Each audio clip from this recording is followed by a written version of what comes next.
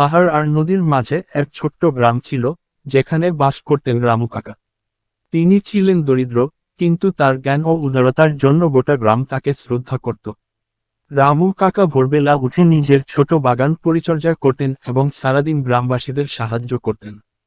একদিন শহর থেকে অর্জুন নামে এক যুবক এলো। সে এখানে একটি কারখানা বানানোর পরিকল্পনা করেছিল, যা চাকরি ও উন্নয়ন আনবে বলে সে মনে করত। গ্রামের কেউ কেউ খুশি হলো, কিন্তু অনেকে চিন্তিত হয়ে পড়ল। রামু কাকা অর্জুনকে বললেন, উন্নয়ন ভালো, কিন্তু প্রকৃতিকে ধ্বংস না করে। তিনি অর্জুনকে দেখালেন কিভাবে গ্রাম প্রকৃতির সঙ্গে মিলেমিশে বেঁচে আছে। অর্জুন গভীরভাবে চিন্তা করল এবং সিদ্ধান্ত নিল, সে এমন কিছু করবে যাতে গ্রামও উন্নত হয়, প্রকৃতিও টিকে থাকে। সেই গ্রামে একটি সমবায় গড়ে তুলল, যেখানে কৃষিপণ্য ও হস্তশিল্প বিক্রি করা যেত। কিছু বছর পর গ্রাম উন্নত হলো, কিন্তু তার সৌন্দর্য ও শান্তি বজায় থাকল। রামু কাকা প্রয়াত হলেও তার শিক্ষা সবার হৃদয়ে রয়ে গেল। অর্জুন তার আদর্শ বাঁচিয়ে রেখে গ্রামকে এগিয়ে নিয়ে চলল, প্রকৃতির সঙ্গে মিলেমিশে, শান্তিতে।